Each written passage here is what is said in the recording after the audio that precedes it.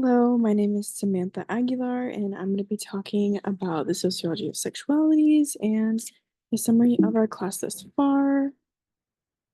All right, so just for starters, I'm going to go over my prior knowledge and the reason why I chose this class. So, the reason why I chose this class was because I was very interested about basically the course description. I feel as though a lot of other sociology classes can be very repetitive and like kind of talk and go over a lot of the same things. And it makes sense because sociology has a lot of topics that are very interwoven and intertwined.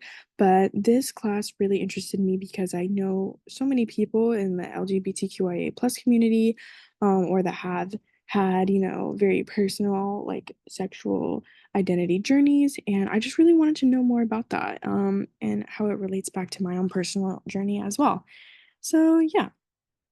All right, so to discuss the first reading that I wanted to go over was Family and Consensual Non-Monogamy, Parents' Perceptions of Benefits and Challenges. So this basically went over open relationships or excuse me, consensual non-monogamous relationships among parents raising children.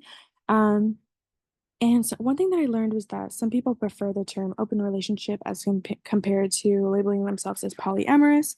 I also learned that there's a stigma around consensual non-monogamy and these types of relationships as it regards coming out or how it involves I'm sorry, how it involves, childcare and how it revolves around society.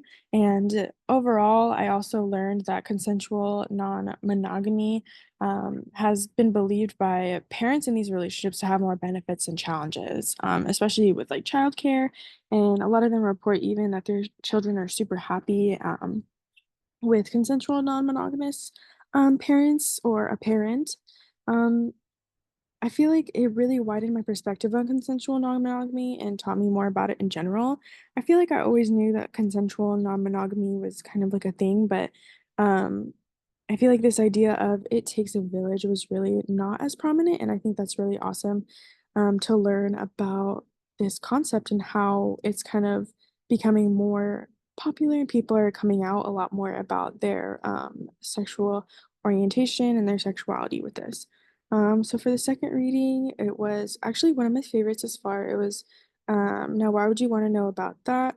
Heteronormativity, sexism, and racism in the sexual miseducation of Latino youth. I chose this because I felt like it really related with my own sexual education at the time or when I was younger. And one thing that I learned was that there was a clear difference between the treatment of boys and girls within sex education. Um, in that same vein, I also learned that there's subliminal slut shaming in sex education, specifically in the case of this topic right here. And the interviewee Minerva, excuse me, discussed how she asked serious questions in this class, and she would get in trouble for asking serious questions, whereas the boys would get in trouble for goofing off or drawing a picture of a penis, and things of that nature. So it was very different how the boys and the girls were treated. Um, I also learned that there's almost like a racist stigma that goes on around with pregnancy from the culture seen in this research, which are Mexican and Puerto Rican cultures as compared to American white culture. And specifically that in American culture, a lot of the times being pregnant young or being pregnant in a teenager is very looked down upon, and there's such a stigma that comes with it. Um, so yeah, honestly, like I think it's really important that we educate ourselves and like the biases of sexual education and how we can really just better prioritize the safety of our students and the safety of um, the people that they decide to interact with, and also bridging the gap for our own ignorance. Next, I really liked this third reading from Pascal. It's called Jude Eustacia Efsler, Adolescent Masculinity and the Efsler Discourse. One thing that I learned was that being called gay or the Efsler is equivalent to saying that you're nothing.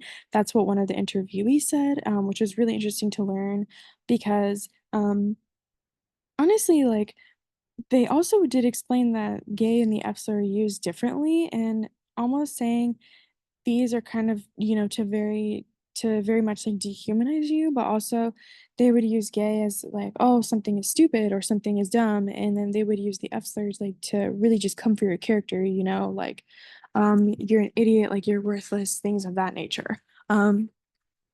So it was really interesting to learn about this because I've heard about people using this my whole entire life, and I still do. I volunteer with kids, and they still say this to this day. But another thing that was really interesting to learn was that these gay insults are mostly gendered toward men, which inherently means that masculinity has direct ties to anti-gay rhetoric and homophobia. It was also interesting to learn that lesbianism isn't really insulted the same as gay is. And this has a lot to do with the involvement in lesbianism with male fantasy. So lesbianism isn't really, thrown against women, like nobody goes up to them and be like, oh, you're a lesbian, because it's not something that's looked down upon because it has everything to do with the male guys and how much men enjoy that within the porn industry. So yeah, next I want to talk about the first documentary that I chose to write about, which was Growing Up Trans. It was probably my favorite in this class so far. And I honestly learned a lot about how being gender nonconforming is a lot harder than just being trans. Because oftentimes people that are trans but are gender conforming, they don't have to deal with some of the backlash that comes with being non-gendered, with gender nonconforming, excuse me. Um, I also learned that trans youth have to deal with mental health risks, and a lot higher risks of like depression and things of that nature. And they even often settle for treatment that otherwise they shouldn't because it's societally deemed as normal. And I remember there was a someone in this documentary that basically had said that their friends would call them it, or basically like just objectify them, and they didn't want to say anything or stick up for themselves because otherwise they wouldn't have any friends, and they had a hard time making friends because of their trans identity, which is really sad, but it was interesting to learn about. um and yeah, honestly, I think back to our lecture, when I think about this documentary, and I find parallels between being trans and being intersex. Because oftentimes, we refer to intersex individuals or trans individuals as as disordered, or they have a disorder, there's something wrong with them, but in reality, it's just a part of their personhood. I really think that parents of trans children and trans children should really watch this because I feel like it could be something that they could relate to, or that they can work through difficult conversations and decisions and refer back to. I also think that anybody that doesn't know something about being trans youth or being trans at all should watch this so that they could better understand like the experience of somebody that's trans, and it could better bridge the gap of their own ignorance about this topic. I also want to talk about sex ed. This is a documentary that we watched in this class. It was actually really funny to learn the experiences of other people and how much that they related to mine, because sex ed a lot of the times in this documentary was very dismissive and indirect. They didn't really say anything how it was, and oftentimes, like I said, for the Garcia article, a lot of the times sex ed is very gendered, um, especially for women. A lot of the women in this documentary said that their sexual education was only about puberty or how their body was changing, or menstruation, how to deal with menstruation, things of that nature. And then instead, the boys would learn about girls' bodies and boys' bodies and about sex and things of that nature. Um, and honestly, this related to our lecture, ironically, because in the lecture that we learned about sex ed, we learned that there's a shift from parents and families to teach their kids about sex ed, and it was pushed onto schools to teach children sex ed. And it's ironic because honestly, even though it was pushed onto schools who are responsible for teaching children other things, they didn't really fill in all of the gaps with sex education for their students. They kind of rely on physical representations or movies or little videos to teach students instead of having somebody that's plainly in front of them answering all their questions, telling them how it is, and not making them feel uncomfortable or making them feel unsafe or making them feel judged. Um, in that same vein, I think that school curriculum curators or maybe parents should really watch this documentary so that they could better understand like what their children are learning and what their children aren't learning. I think it could be really beneficial to the general safety of our students. And then next, I want to talk about the article that I did for activity two. It's work family policies and gender inequalities in childcare time. In essence, the research question for this article was to see if paid parental leave, flex time, or flex space policies in the workplace made a difference in childcare time among parents. Specifically, the difference between women and men, because this article addresses that women typically do have more parent childcare time. So they use quantitative and qualitative methods. First, they use ADIS data collection, which was used basically as surveying calls. So the original pool was around like 5,000 mothers and 5,000 fathers, give or take a few. And they basically called all these people, like asking them personal questions about their situation. And based upon this, they kind of finalized a pool of people that they could use to these numbers right here. And basically, it was people that either had paid parental leave, flex time, or flex place. So that's why the pool shrunk so much. But the conclusion was basically that none of these really made a difference other than flex time, which allowed mothers and fathers to have a much more equal time in healthcare or childcare, excuse me, which is super interesting to learn.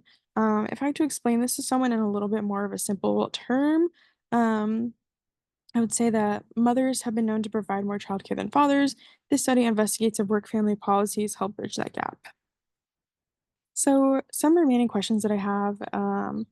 That I have my own thoughts on, but just thought I would ask them anyway.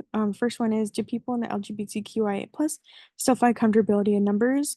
I definitely think that they do. I think that there's a lot of people that don't feel comfortable coming out yet, even though we have come so far as a society.